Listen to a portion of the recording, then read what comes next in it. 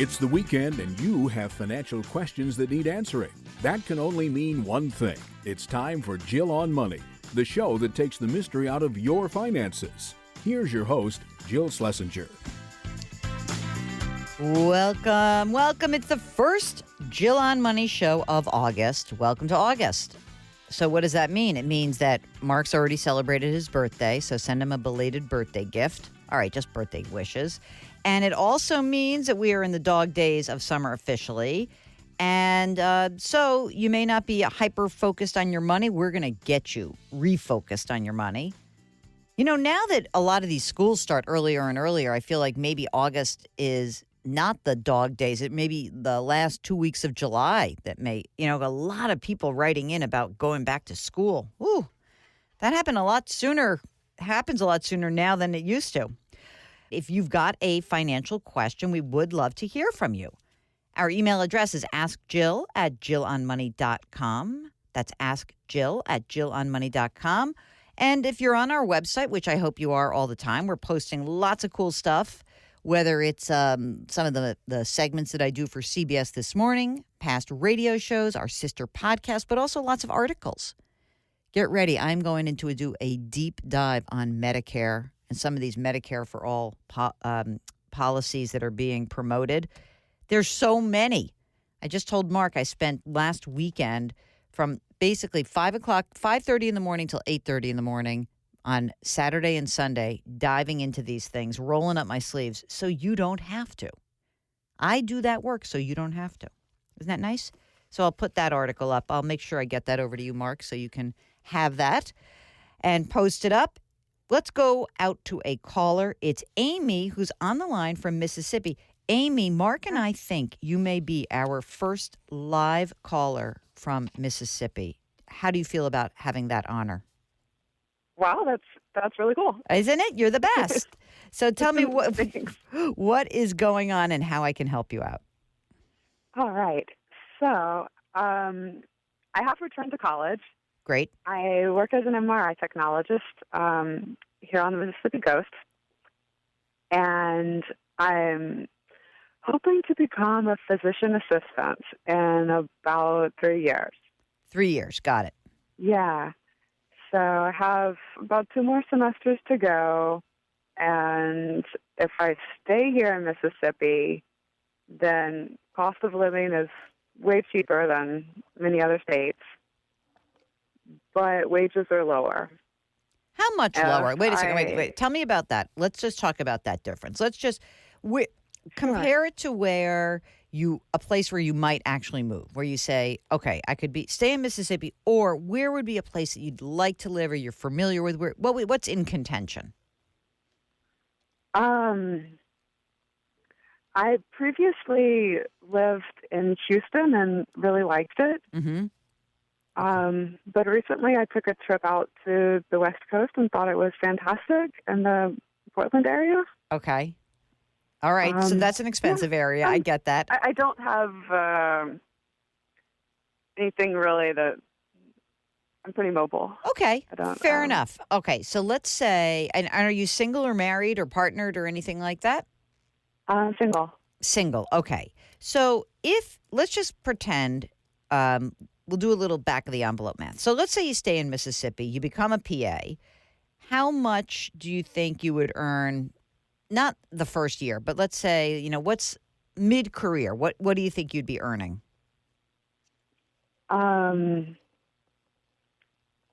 Maybe like $95,000. Okay. And what do you suspect it would be if it were Houston or Portland, a place like, a bigger city? What do you think that would mean in terms of earnings? How much more would you earn, do you think? I think I would be earning, maybe extra $35,000. Okay. That's real. Okay. So 95 versus 130. Got it. Okay. I just wanted to make sure that I knew what the numbers are. Now, to get this degree, do you have student loans? I do not so far. Wow. Right now, I'm working and I'm able to pay for my tuition. Fantastic. By going to work. That's fantastic. I have some savings, and my plan is to put that towards my tuition to become a physician assistant, Okay. which I might have to take a loan out to, make up the difference, Okay. depending on where I go. All right. Fair enough. And if you were to stay where you are, would you rent? Would you own? Tell me a little bit about what your life looks like staying exactly where you are. I'm renting right now. Yeah, I mean, if I continued to stay here, then I would buy a home. Right. But at the moment, I'm renting. How much is your rent right now? 700. Oh my God, it's so cheap. I mean, Well, keep in mean, mind. Mark. Okay, I want to tell you something. Is it a crappy place? Tell me the truth. Pretty much. Okay, all right. So wait a minute. Like It's like you. Christmas. All right, let's say what would it Imagine. cost to own? I mean, what would it cost you to rent something that's like comparable? Like, hey, I am a professional. I'm no longer a student. Like, I want to rent something. What would be like a comparable amount of rent that you could imagine for something that you'd really want to be in, not a crappy place? Okay, like 1,300, 1,400. Okay, fair enough. And so it's funny. I just got back from Portland, Oregon, earlier in the summer, and it just so happened that I ran around town looking with a friend of mine who's recently divorced and looking for rentals with her. And I was surprised that, number one, there's a ton of stuff on the market, but number two, that it was pretty expensive. So to put that in perspective, her crappy place was like $1,500 a month. Okay. And for her to find like a nice, I mean, and maybe she's a little bit older than you are. I don't know. How old are you? You sound very young. 42. 42. Okay, yeah. So you sound young, and you are a grown up. I get it, but not 22. So it was I would think that the cost of renting is probably 50% higher in a place like Portland or Houston, like where there's just more people. There may be more housing stock. It's just that it's harder to get in, and you probably can't touch the purchase of a home in a place like Portland for sure. Houston, maybe you can. All right, so let's get back to you. So what is it that is really in your mind right now in terms of financially that you are thinking about? Should I stay here in Mississippi where wages might be lower but cost of living is lower? Yep.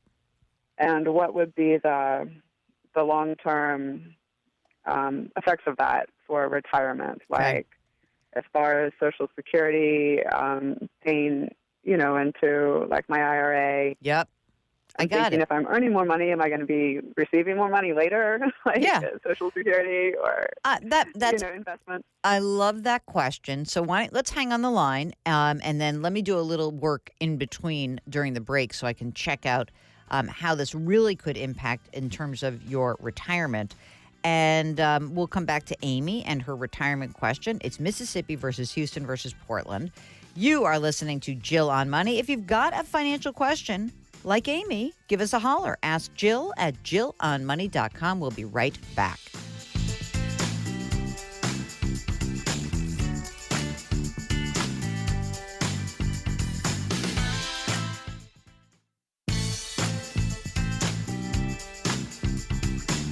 Back to Jill on Money, where Jill Schlesinger helps you take the mystery out of your finances.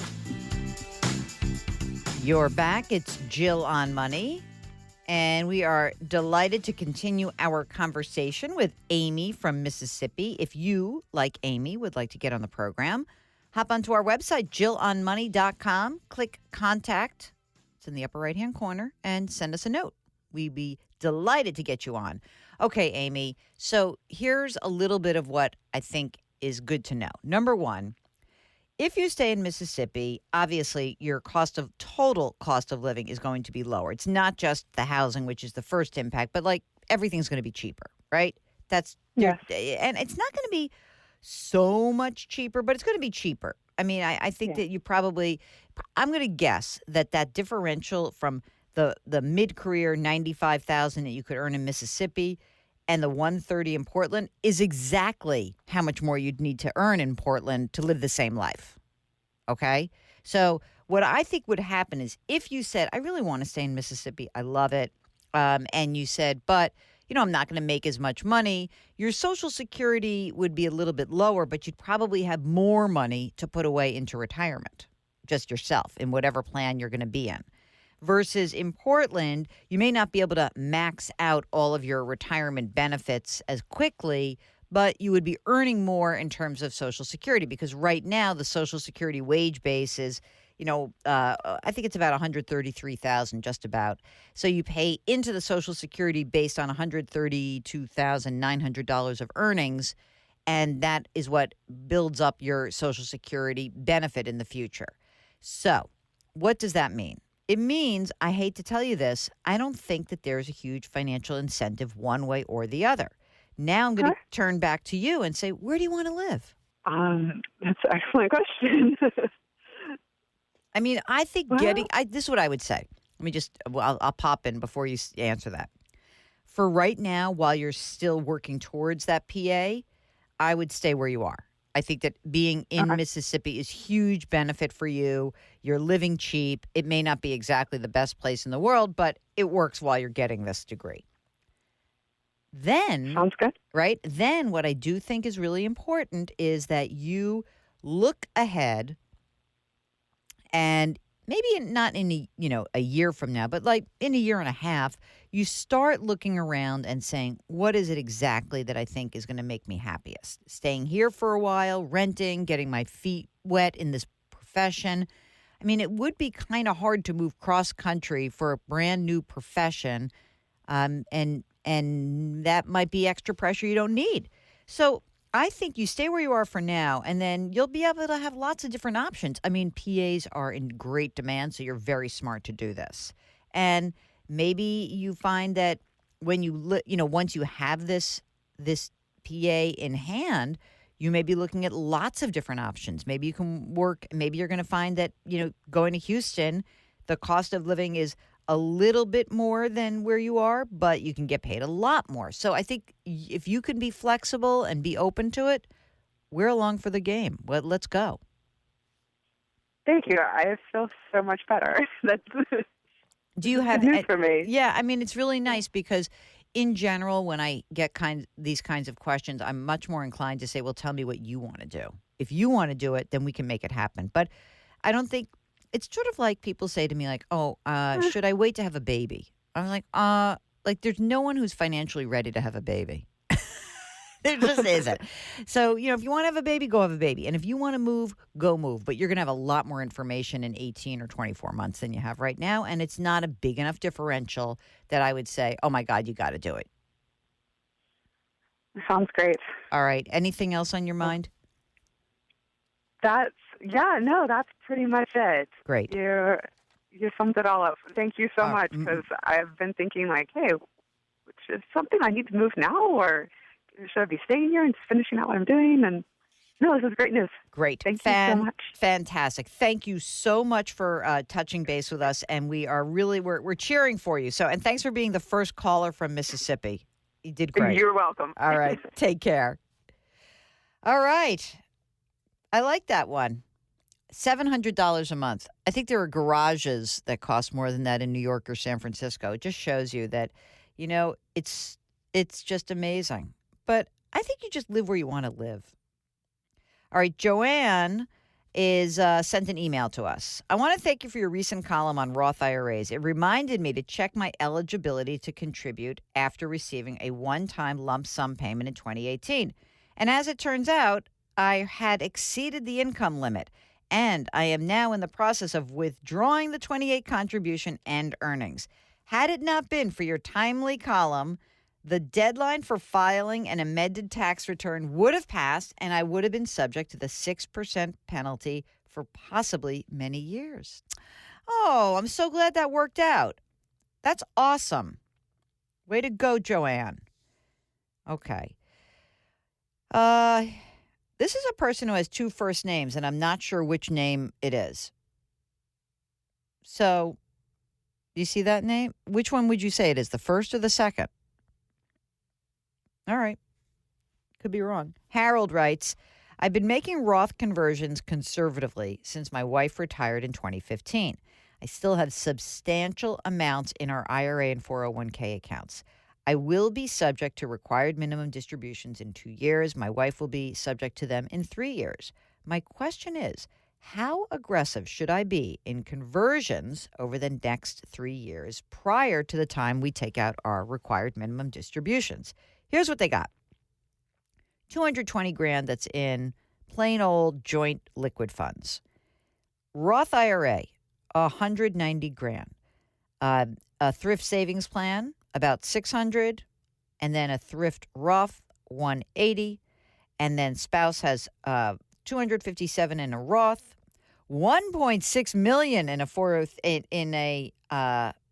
IRA, 4.4 million in a 403b.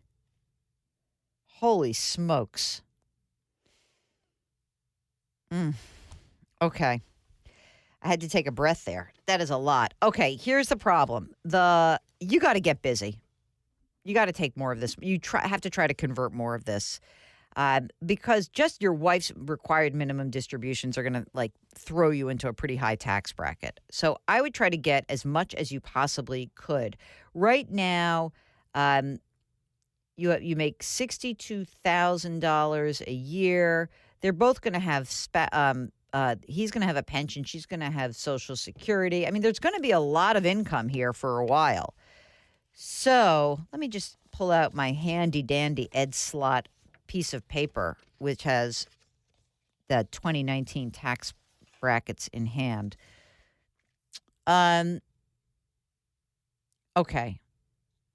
Mark, this is going to be crazy. What do you think about popping? I think they convert enough to stay in the 24% tax bracket, which is you convert enough to stay under $320,000 married filing jointly. I would try to convert as much as you could at the 24% bracket before you retire.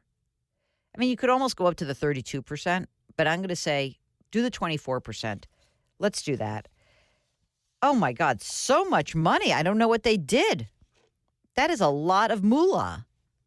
They save, Mark says. Wow. That's shocking, right? Anyway, the other thing you should do, of course, is he's waiting till age 70. At age 70, by the way, her spousal Social Security is $3,600 a month. It's a good number, right? This is just amazing story to me. Convert as much as you can to stay in that 24% tax bracket. And, at some point it will not necessarily, you're just going to still have tons of money in tax deferred accounts, but I don't know if there's much more you could do. Anyway, it is Jill on Money. Hey, during the break, hop onto the website, and 2 things you can do. 1, sign up for our free weekly newsletter, where we are kicking butt. And 2, you can buy my book, The Dumb Things Smart People Do With Their Money, 13 Ways to Right Your Financial Wrongs. We'll be right back.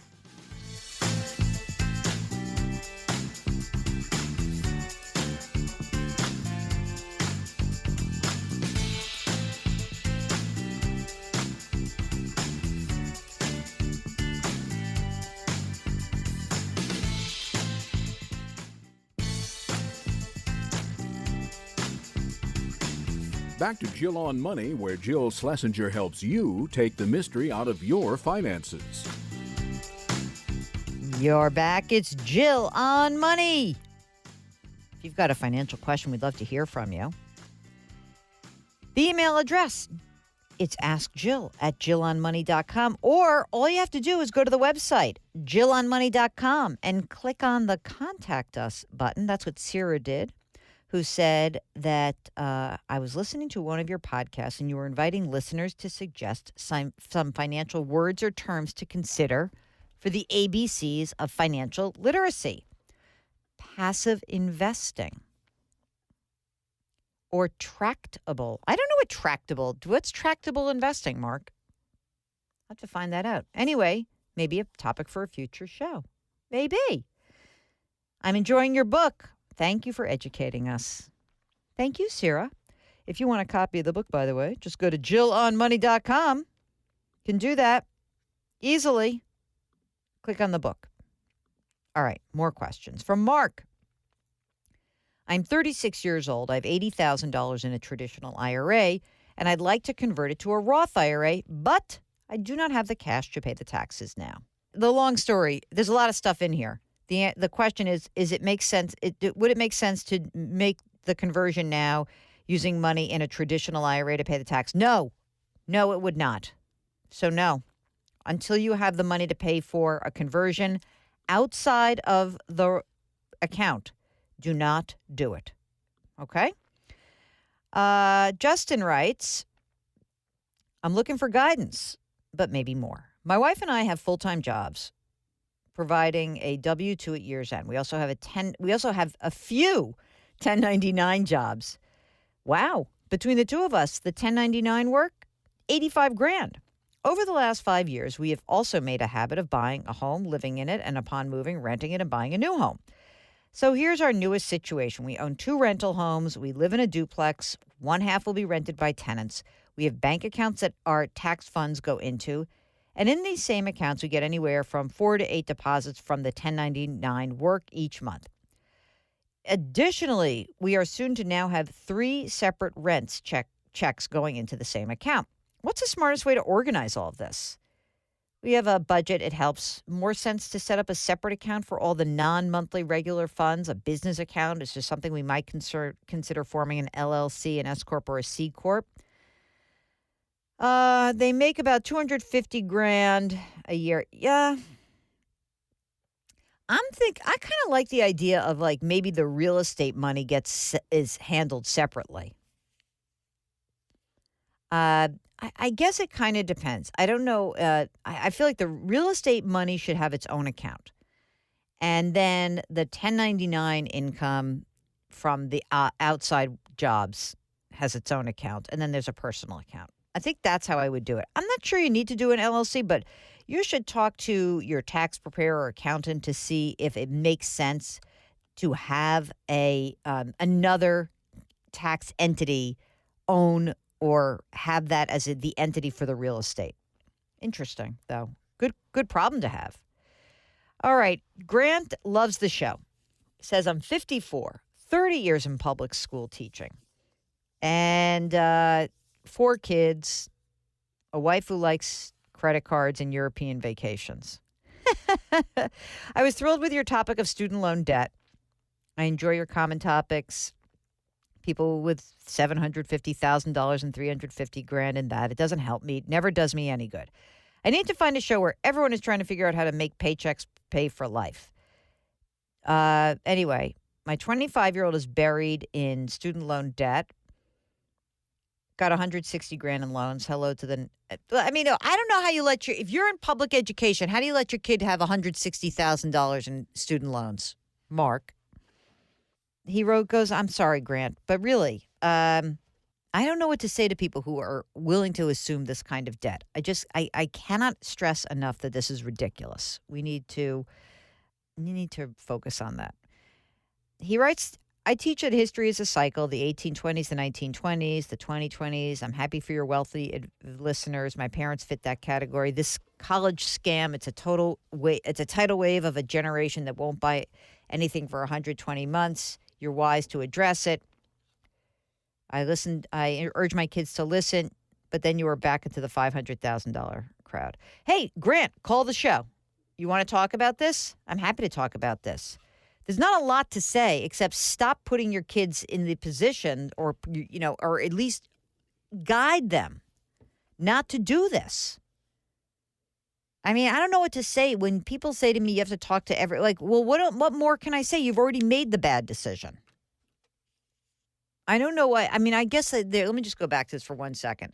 That a lot of people who if you say, I took on all this debt to get what?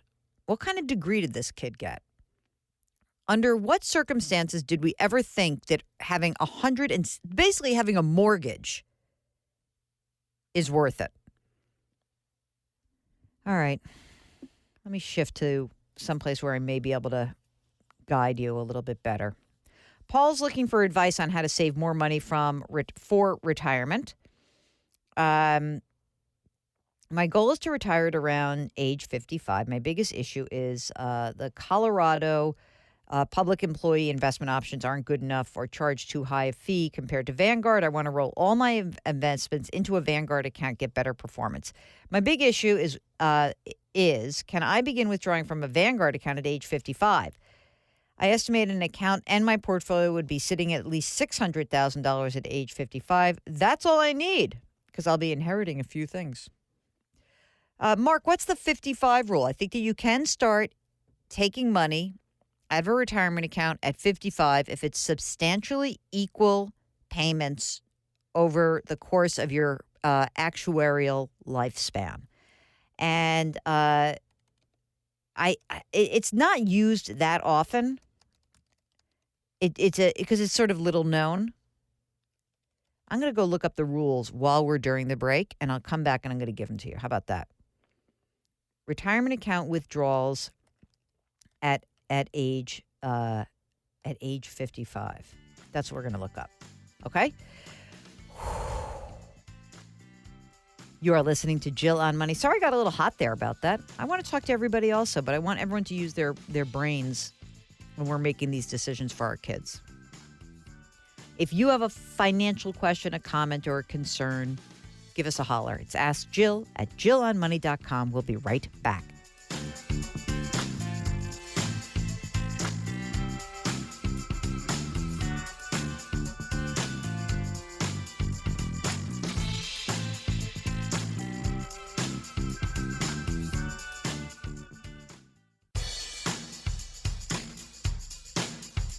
Do I invest here? Should I put my money there? Jill Schlesinger can help you. Back to Jill on Money.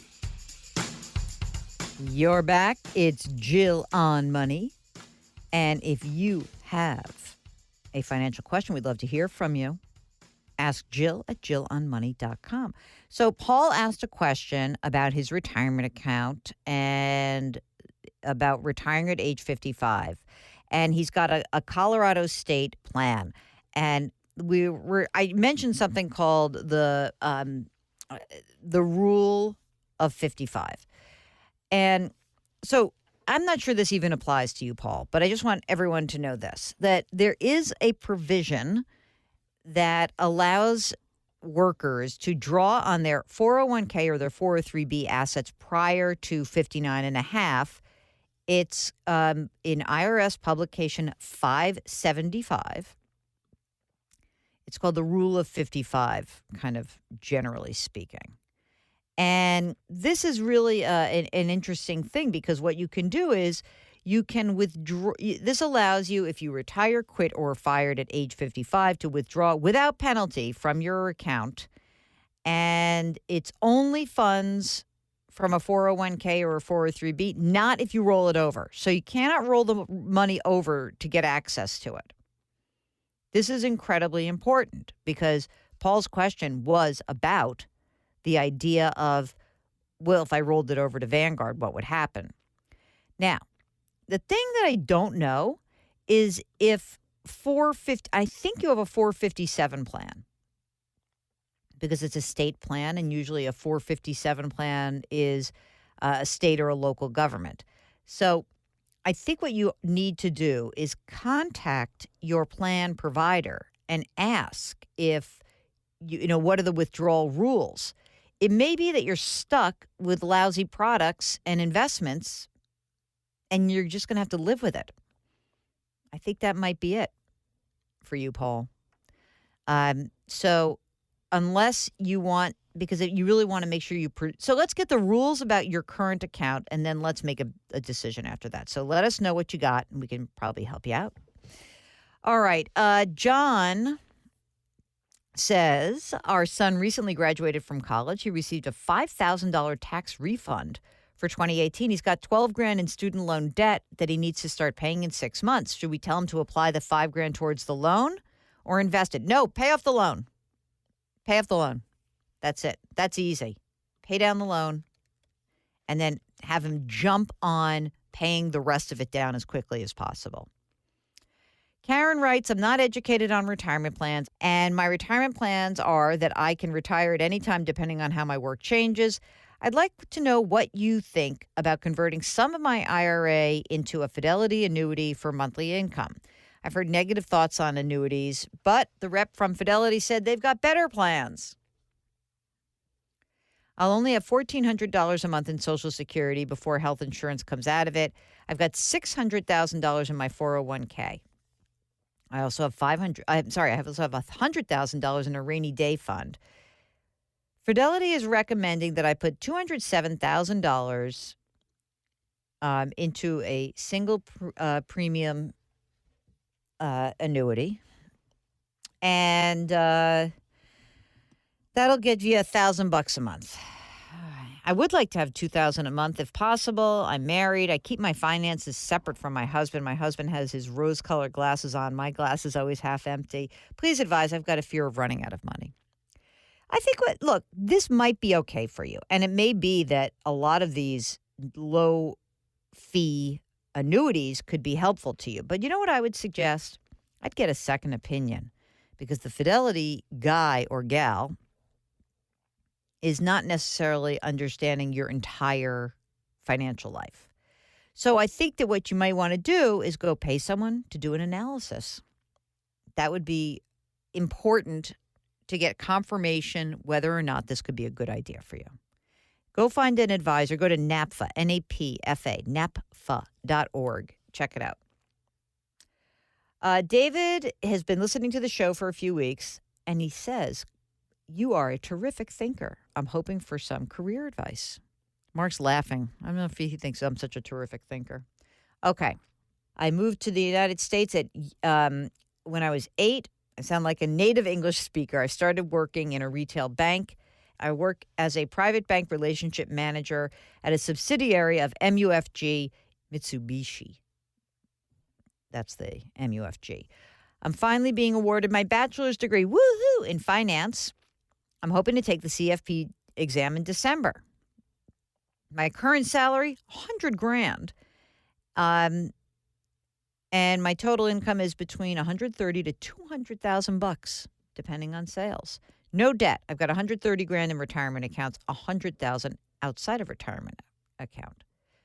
I'm confident that I want to take on a different role within the financial services industry, which is intellectually stimulating. I enjoy working with others. My current role is not mentally challenging. Since the only experience I have is in relationship management and private client services, I'm concerned that I'm going to be perceived as underqualified for a leadership or strategy role. I make too much money to justify taking an entry-level corporate role. Is there a career option I'm not seeing? Should I apply for grad school and get my MBA? No, not yet. Don't do that yet. If you don't want to be in sales, I think it's hard to make the leap. I might want to apply to maybe a investment bank in a strategy position, but also maybe it's consulting. Maybe that's something you would try to do in consulting. And I think that you probably would be, maybe not make $200,000, but I think you probably could take a step sideways on your salary and think that that could be an idea. I don't know. I'm going to consider this. Good luck.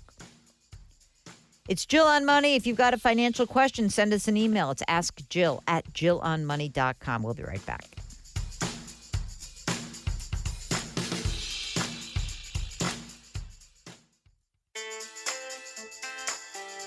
You're back. It's Jill on Money. And we're going to just close out the first hour of the program with an email. If you've got a financial question, we'd love to hear from you. Our email address is askjill@jillonmoney.com, or you can always get to us through the website. The website is called jillonmoney.com. All right. A lot of questions that came in after tax season. I think everyone's still processing. Oof. It's a bad season for Jill on Money, tax-wise. Rough. But, you know, not a problem when you got to pay, really. It's bad when you don't have to pay in some respects. You haven't made a lot of money. But no one likes a unexpected bill. So I get why everyone freaked out. David writes that he gets income from 4 sources: pension, Social Security, required minimum distribution from his IRA, but also gains in the stock market. And he says, I have adequate withholding from the first three, but no deductions are taken from the last. Do I have to pay estimated tax? Well, I mean, I guess what I'm wondering is that, are you saying stock market like a non-retirement account and you're just selling stuff as you need money? If that's the case, you pay capital gains taxes. That's it. There's not more that you need to do. So that's kind of how I would handle that. Easy peasy. Got so many things to do. Okay.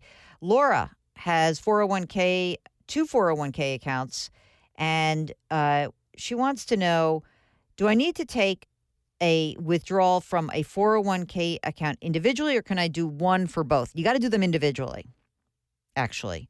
For IRAs, if you had 6 different IRAs, you could take one for all of those IRAs.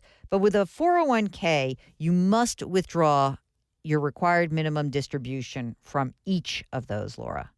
Each one, you have to do it. So I know, pain in the neck. That's the way it is. All right. When we return, more of your questions, more fun. It's a grand day here at Jill on Money. And if you want to do something fun during the break, go to JillOnMoney.com and subscribe to our podcast. It's called Jill on Money. You can get it on Apple, Stitcher, Radio.com, Google Play, anywhere else you find your favorite podcasts. JillOnMoney.com and Jill on Money, the podcast. All for you. We'll be right back.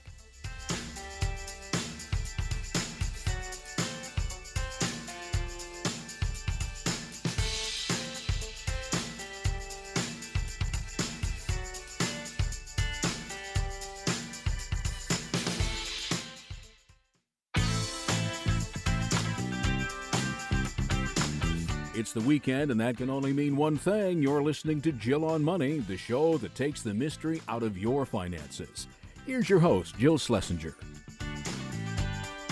Welcome back. It's hour number 2 of Jill on Money. We are broadcasting live from the Policy Genius studios. Policy Genius is the easy way to compare and buy insurance. Just go to policygenius.com to check it out. All right, it's August, and that means that a lot of people are getting ready to go back to school. You know what I think about with back to school? I think time to get ready to talk to your kids about money. Get your kids in a mindset where you are introducing terms, topics, literacy, financial literacy. That is what we are doing with our guest, Nan Morrison. She is the president and CEO of the Council for Economic Education. So we thought she would be an excellent person to bring on to help guide you as to why this is an important topic and also how to talk about money and economic concepts with your children, with your family. So here is our interview with Nan Morrison. Explain to us what the Council for Economic Education does. So we like to call it CEE because it's easier. Okay. And our mission is to teach K through 12 kids about personal finance and economics so that they can make better decisions for themselves, their families, and their communities. Now, when you think about that mission, a lot of people will ask about how is it that we can do a better job of maybe getting personal finance into a broader curriculum. And every time I write about that, people will send me this study, which I actually wrote about recently, from the Journal of Human Resources. Here's the quote that always gets put into my face. You ready? You'll help me answer it. The Journal of Human Resources in 2015 found, quote, there is little evidence that education intended to improve financial decision-making is successful. That's not true. Good. I speak from where I sit. Okay, so, I mean, I feel like everyone leaves off the second sentence, which is, number one, there are a lot of skills-based classes that we teach in schools. You know, I took sewing. I took cooking. I took typing, by the way, which was great, actually. I looked up the original study, and what they said was that it's not so much that it's bad. It's just that traditional personal finance courses may not be the best solution. Here's the quote. Additional mathematics training leads to greater financial market participation, investment income, and better credit management, including fewer foreclosures. They basically say if you want to improve financial decision making, the key is to enhance the mathematics curricula of the country. Now tell me, why is that right, wrong, or sideways? It's sort of yes and yes. That's a giant question. Mm-hmm. So first of all, I'm a big believer in math. I was a math major, and yes, that data I agree with. So we teach math every day in every class every year, from kindergarten through 12th grade. And yet, when we look at the international studies, the U.S. ranks really low among its competitors, other countries, in math. So we don't say, let's stop teaching math. We say, how do we do it better? Right. And how do we do it better? So, well, let me not address math, even though I was a math major, because I haven't done that for a long time. But there is a way to do personal finance better, and that's to teach it all throughout a child's school time life, K through 12. Why? Sort of like math, it's another language. And we have to start introducing kids young to the language of money. And once we start doing that, it gets a little easier to teach them the concepts. Also, I will say there's a lot of research that says when you teach little kids about these concepts, they retain it, they become more interested. So ideally, you're improving math skills, which is good for a whole variety of reasons, but you're also teaching them about the language of money, the language of finance, and making them comfortable and confident that they can make some good decisions. How can we encourage parents to do this, even if they feel insecure about their own skill set around this area? Well, you hit it right on the head there. People feel really uncomfortable for themselves, and they're also worried that their kids don't like talking about this stuff. And actually, kids find it really engaging, especially the little ones, because they like to be like the adults in the room. So in the past year, we've started this really nifty program called Family Financial Literacy Nights, and it's meant for parents, their kids, the teachers, the principals, and maybe even some volunteers to come together at schools to play some really fun games, usually around math and personal finance, and to start the conversation. And parent after parent has said to me, I never knew my child would be this interested. This was the beginning. All right, so let's plug this. Family Financial Literacy Nights. Where can people find out information about this? Well, they can go to our website, councilforeconed.org, get in touch with us. They can also get in touch with their schools, and we can set one up at their school for them. Oh, that's great. And we can do it here in New York City, and we can do it through our network of national affiliates all across the country. Let's get back now to what is it that we need to be teaching in K through 12. What are the skills and the topics that you want them to be able to master? Not unlike we ask for some mastery in some basic reading and writing and certain science. Well, Jill, we actually believe that personal finance should be treated just like any other subject. So we carry out our mission by providing professional development, actual training to teachers so they feel confident. And just like in any other subject, we have standards.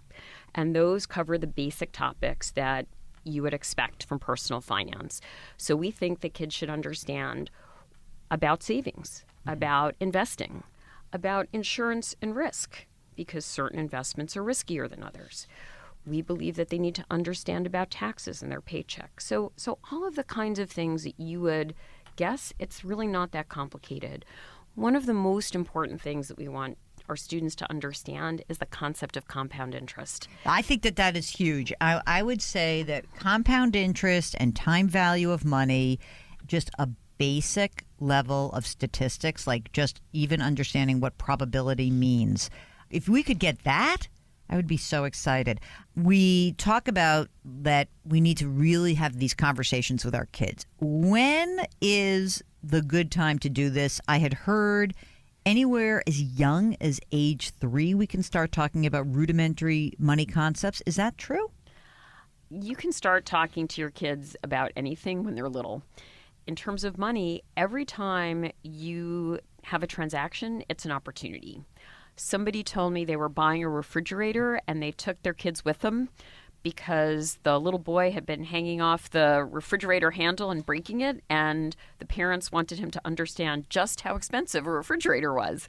When I was little, my parents took me to the car dealership. I was about 5 years old, and I watched my dad counting out the $100 bills to buy the car in cash. What? And was your father a mobster? That we no, don't know he about? wasn't a mobster, but they never bought anything on credit. Wow. Ever. Here's from the website, consumerfinance.gov, and this is the Money as You Grow website. There are a lot of things that are valuable. Some of them cost money. And then ask your child to identify different coins and their value. So that's one thing. Point out things that cost money: ice cream, gas for the car, clothing. And essentially, when you're out shopping, you can point out essentials. Like you can talk about, here are things that we need and here are things that we want. Okay, we'll get back to a little more financial literacy talk in just a minute.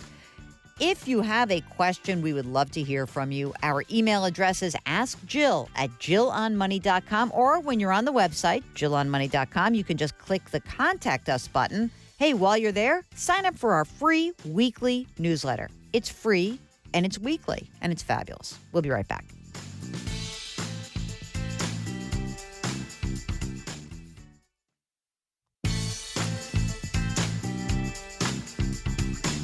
If you've missed any part of the show or want to check out a past show, go to jillonmoney.com for more great personal finance content. You're back. It's Jill on Money. Now listen to what the man said. If you want some good content, go to jillonmoney.com. While you're there, you can read columns that I've written. You can listen to old programs. You can watch TV and video segments. But we also have this great resource tab. The resource tab might help you out. You hear a lot of things that come out of this program. And we're talking today about financial literacy. And we're doing that with Nan Morrison, the president and CEO for the Council for Economic Education. So in this next segment with Nan, we are talking about how to actually have conversations with your kids about things that can be really difficult for mere mortals to explain, like the value of money. So here is more of our conversation with Nan Morrison. Again, she is from an organization called the Council for Economic Education. How about the idea that there are certain things that you point out that are free? What that means. In other words, playing with a friend doesn't cost money, but it's valuable. So how do you distinguish that? I like to talk to kids about setting goals because that's what really helped me. My family talked about what our goals were and what trade-offs we needed to make to get there. And I think that puts the whole discussion about money in the context of what you want to do with your life. And that's not just career, but it's the way that you want to live and spend your time every day. I think you have to be patient around this, but you have to keep talking about it. That's right. And I love the shopping example because there's so many things you can do in a store with kids. Unit pricing when they start getting into more math, looking at brands versus things that aren't branded when things are on sale. I still use my coupons at CVS every chance I get because I love saving $1 or $10. The thing that I find frustrating, and maybe you do too, is that I hear often from some women, I've never been good at math, or I don't like this, I don't understand this. And I find that to be curious because data show that women are very good long-term investors. They're very good at this if they just stick with it, to stick around and learn about it. So how can we maybe shift a little bit more emphasis on women? It's really sad that the data still shows this because it's shown this for many years, but it's true. It's also true for people of color. They fare worse than white males from wealthy families. But girls have a special place in my heart because I started out my career doing mathy type things for a financial services firm. So I got both financial services and technology in the same hit in my first job, and that served me well. So we're very fortunate that we're merging with a regional program that started up in Boston called Invest in Girls. Oh, cool. And that program is focused on building financial capability for high school girls and, importantly, introducing them to the possibility of careers in finance and financial services through taking them places so that they can see workplaces that look like places they might want to work and introducing them to role models, people like you. You work in finance. You need the language and grammar of money to be successful in your career. So we want to show girls a variety of different careers where understanding money can be fun and lead to good and interesting careers for them. So what's the name of that organization? It's called Invest in Girls. And so you guys are merging? We are. And will they come in under your umbrella? Are you going to rebrand with some exciting new name? Their executive director, Betsy Kelder, is fantastic. The program is growing. It's healthy. And my best experience from the private sector doing mergers says when you have a great organization, you just let it continue to be great. What we bring to the table is more access to more resources and a great distribution network through our national affiliates. I mean, you are a nonprofit, yes? We are. How are you funded? We are funded by the generosity of people that are listening to this show. Oh my God, that's so funny. I feel like I'm on NPR right now. Thank you so much. So, I went onto the website, councilforeconed.org, and there's a nice little button here where you can donate and you can visit your store. You got some swag here. Let's see what's up there. No swag, but really great resources. You should have some cool Math Babe T-shirts or something true. like that. I think actually Invest in Girls has some really cool T-shirts. We should get them up there. All right, we'll make that happen. So how much of your job is raising money? It is a good chunk of my job. Wow. Probably 75 to 80% of my time is spent working with companies, foundations, individuals to help us grow some of our great programs like Invest in Girls, like Family Financial Literacy Nights, like our National Personal Finance Challenge. What's that? That is a fantastic competition across the country. Kids compete within their state, and then the winning teams from every state go to the finals. And they have a case study that they present to a team of esteemed judges. This year we have about 17,000 kids participating across the country. Next year we hope more. We've been generously funded now by Voya to really grow this competition. Give me an example of the kind of people who are competing and what are they doing in that competition? So at the state level, the kids can range from late middle school to high school, and they compete in written exams, quiz bowl rounds, case studies. Here's a family with their budget. How do you help them to get to their goals? Oh, cool. So there's a real critical thinking element of this. And the other thing that I really like is that the kids work in teams. So it's a really great after-school activity because it reinforces learning because kids who take after-school activities get their learning reinforced, which is great. And also it's a good exercise in learning how to work in teams, which we all know is really important to be successful in the workplace. How much should parents be talking to their kids about money in this next phase where they're hopefully going to be attending some sort of post-high school education, community college, Bachelor of Arts, whatever? What do you want them to go to school knowing, and what do the parents need to really be clear about with those kids? Sitting down and talking to your kids about a budget for whatever they're doing. They may be doing some work-study kinds of things. They may be at college. They may be working while they're at college. They may be getting an allowance that they have to cover books, going out with their friends. So just talking about budgeting, what the child's goals are for the next year financially and how they'd like to set aside that money. A lot of kids will, even if they're not working during the school year, they're going to start working the following summer. So starting even to think about that summer job and how they might allocate some of that money is also an important thing to do. By the way, as soon as kids are working, they can start putting money away into different kinds of IRAs. And it's also a good habit to start that long-term savings young. Why? It's a habit. It's a habit. It's just like getting up and going for a run in the morning or brushing your teeth. You just get into the habit of putting a little bit aside from that very first paycheck into your long-term savings. Just like your father said, pay yourself first. Just like Dad said. So when you look at the landscape of financial services, and I know we have to be politic here because some of these are your funders. I'll do the talking on this part. It does drive me a little nutty that some of the most egregious, hyper-selling organizations are the very same ones that underwrite, quote-unquote, financial literacy. So what advice can you give to parents and even their students, but just how to distill information they get without getting sucked into buying something? This just goes back to what we've been talking about all along. Knowledge is power. If you have the language and vocabulary of personal finance, you begin to feel more confident about asking questions. You know, once upon a time in New York City, you walked into a store to buy a chocolate croissant and you just bought a chocolate croissant. And you might be a little shy about saying, well, I wonder how many calories that is. Now we all know.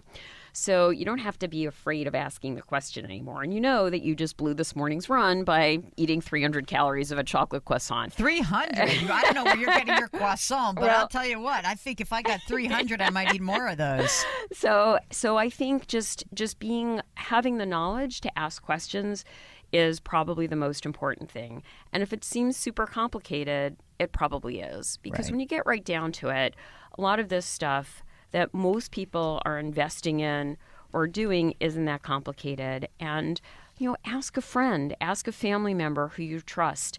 If you think you're not getting the information that you need, don't be afraid to get up and walk away. And that can be really hard for a lot of people who might be intimidated by the place that they're in. Okay, we'll be right back. During the break, why don't you hop on to JillOnMoney.com and how about checking out the podcast? Our podcast you can get on Apple, Stitcher, Radio.com, Google Play, anywhere else you find your favorite podcast. We've got links to everything right on our website, JillOnMoney.com. We'll be right back.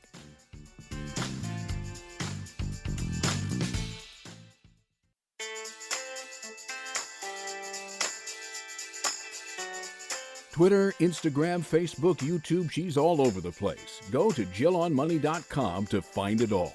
Now back to the show with Jill Schlesinger. You are back. It's Jill on Money. And yeah, it's August. Yeah, you don't feel like dealing with money stuff, but maybe you've got the capacity now to have some important conversations around money. This is especially important, of course, when you're talking to your kids about money. Look, this is what we're doing with our interviewee. We're talking to your kids about money, but you still have to have conversations with your parents, your spouse, just talking about this stuff. It makes it so much easier to deal with. Truly, avoiding it, not a great plan. But when we talk about financial literacy, there is indeed some evidence, and there have been some studies which do show that even though we can give you education and information, doesn't mean you're naturally going to make the best financial decision for you, for yourself, or for your family. That's why I wrote my book, The Dumb Things Smart People Do With Their Money, because a lot of this stuff is emotional. But what I was wondering was when I was talking to Nan Morrison, she's our guest, and she's the president and CEO for the Council for Economic Education. I was wondering whether she gets some pushback around this idea of financial literacy, because there are some people who just think that this is a tough topic to teach in some school systems where it's not mandated. And so I was wondering what she had encountered. So here's the end of our interview with Nan Morrison. What is it that you think is kind of the big pushback that you will hear from, say, a school system about why they're not teaching personal finance in the public school systems? That is a great question. The answer that we usually get from them is there isn't enough time in the school day. And that's just not true, because we can help schools integrate personal finance into the everyday life of the classroom. It's such a natural fit in any elementary school classroom. We have a set of materials called the mini economy, so kids rent their desks, they get paid for doing tasks. It's great. They really learn how money and commerce works. And in junior high and high school, it's really easy to integrate these subjects into math, social studies, career and technical education classes. There are still some classes about civics and the kinds of things that you and I remember studying. They're called different names now, and you don't learn to sew anymore if you're a girl. But there are sort of life skills classes, workplace learning classes that are often offered, and we can just integrate that right in. So you help a school system, let's say, dovetail what they're currently doing and weave this into the process. In fact, on your website, it says, you've got different stuff here for parents, this, that, but you also have it for teachers.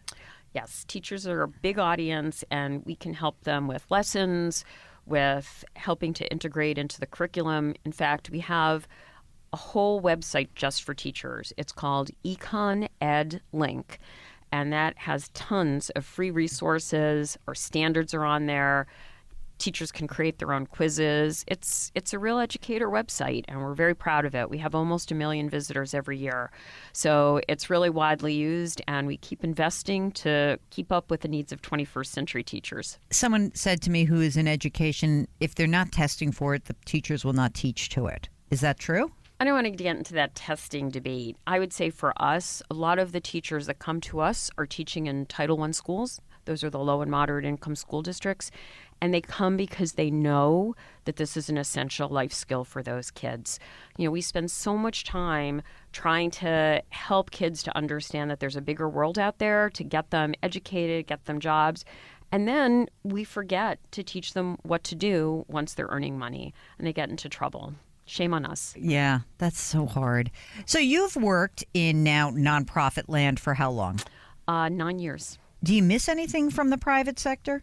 It's just different. Sometimes I miss the pace, and sometimes I don't miss the pace. Yeah, I get that. But I think I've had a chance to, I know this sounds really trite, but to really move things ahead for our organization and take us into new places. We have another competition called the National Economics Challenge. We now have a license agreement with China, so the Chinese students come to the U.S., and we have a joint competition. I guess what's important here is that I think that parents feel sort of helpless, like, oh, I have to do this too. And so what you're really saying is that between parents and teachers, CEE, Council for Economic Education, can help these folks along with preparing their kids better. And by the way, here's the side benefit. If you help your kids through this, you'll learn it even if you didn't learn it. Absolutely. So that's kind of a fabulous thing. When you look back and all of the, the years that you have been in the industry, what is it about the industry that you wish were different? Wave your magic wand and say, gosh, I wish financial services would be blank. What is the blank? I would say that more transparency is helpful. I took out a mortgage right after some regulations went in effect about simplifying mortgages, and I have to say that it was really helpful. And I obviously was super qualified to navigate through this, but as I read the papers, I thought, I think somebody that wasn't as fortunate as I was in terms of having so much education and knowledge around these topics could actually work their way through these things. So I would say transparency, things that are written down so that people know exactly what they're getting, and written in English. Yeah. And I don't mean the language of English, but just plainly written. Not financial ease. Exactly. And, if you can't walk into a bank and say, what is the interest rate, and they can't give you a straight answer, then you should walk out of that bank. Well, thank you so much to Nan Morrison. I think that the challenge is pretty big here because when we think about some of these facts, and these come from the Council for Economic Education's website, councilforeconed.org, the numbers can be quite startling. More than 1 in 6 students in the U.S. do not reach the baseline level of proficiency in financial literacy. A quarter of millennials spend more than they earn. Nearly 2/3 of Gen Y have less than 3 months' worth of emergency funds. This is why the Council for Economic Education is trying to reach and teach every child in America about personal finance and economics. If you want to learn more, if you're a teacher, go check out their website, councilforeconed.org. And that is the end of this segment. Next, we start talking about your questions. If you've got a financial question, just send us an email. Ask Jill at jillonmoney.com. We'll be right back.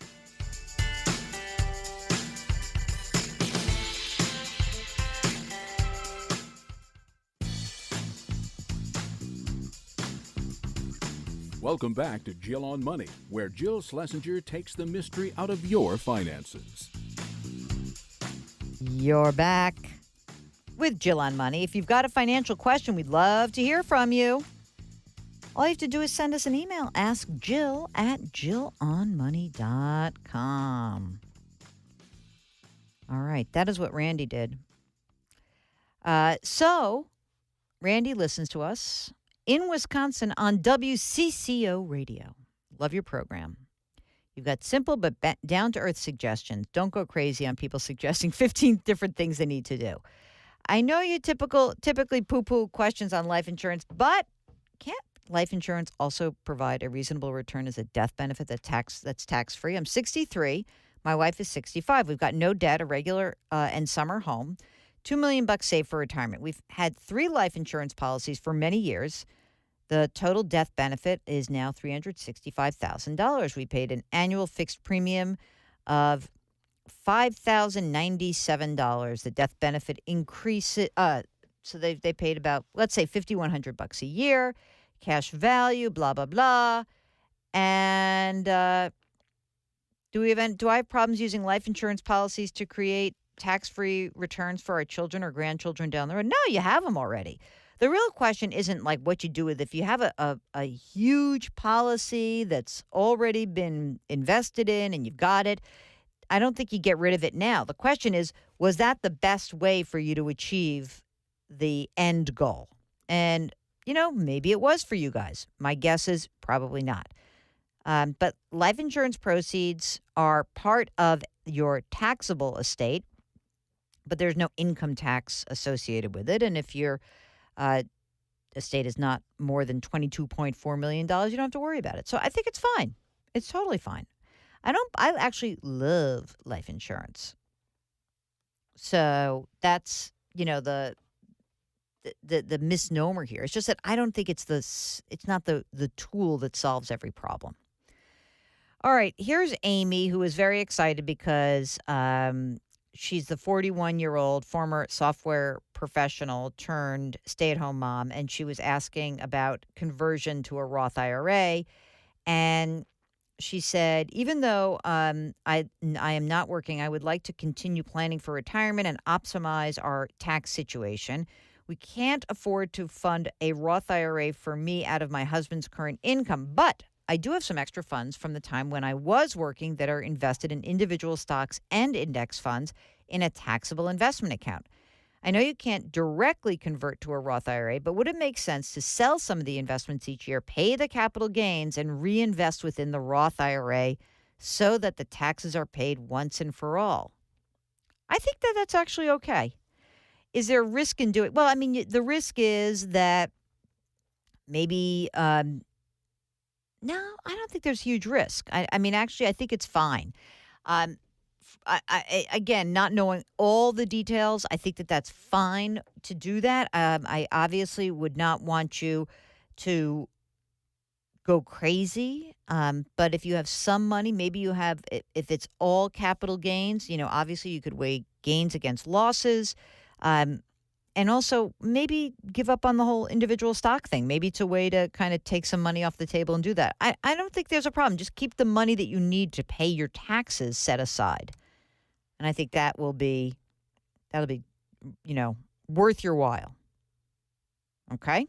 Good job. Helene loves the podcast. If your podcast is called Jill on Money, you can subscribe to it. Go into our website. We have all the information. Okay, Helene's mom passed away, left each of her 4 children about $160,000. I immediately paid off my credit card debt. Woo! Way to go. Also, a small state-sponsored home improvement loan, made necessary home improvements on my first and second homes, did all this. Anyway, she writes, I have about $60,000. I invested it fairly conservatively with Janney Montgomery. The only remaining debt I have is my primary mortgage, $167,000 at 3%. She also has a home equity loan on the second home of 4.1%. I don't have much of an emergency reserve fund, about $5,000. I have $350,000 in my 403B. I'm saving 20% of my gross salary. I'm going to retire in 3 years at 64 and a half.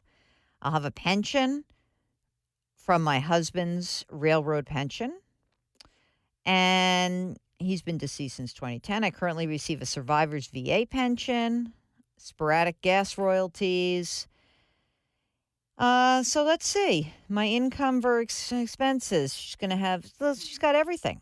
Should I pay up my home equity loan with the $60,000, or keep it there until I retire and pay off the remaining balance of $37,000 that will be left if I only make the regular payment. Payments don't hurt me. Mortgage and the home equity are the only outstanding debt.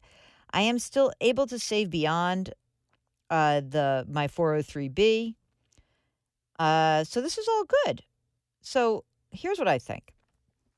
I'm not sure you should pay off the home equity loan. In fact, I would say that what I would prefer you to have is a little bit of a fatter emergency reserve fund. So if you're going to do anything, maybe the money that you have that is that $60,000, just make it really a little more conservative than you would make any retirement investment. So I don't think you have to pay off these loans right now. You can. I like you keeping the liquidity since so much of your money is in retirement. So I think that's what I would do. Well done, and sounds like you're on your way. Thanks for writing. Okay, if you have a financial question, we'd love to hear from you. Our email address, askjill@jillonmoney.com. Our website, jillonmoney.com. Hey, go to the website and go buy my book. It's called The Dumb Things Smart People Do With Their Money. 13 Ways to Right Your Financial Wrongs. We'll be right back.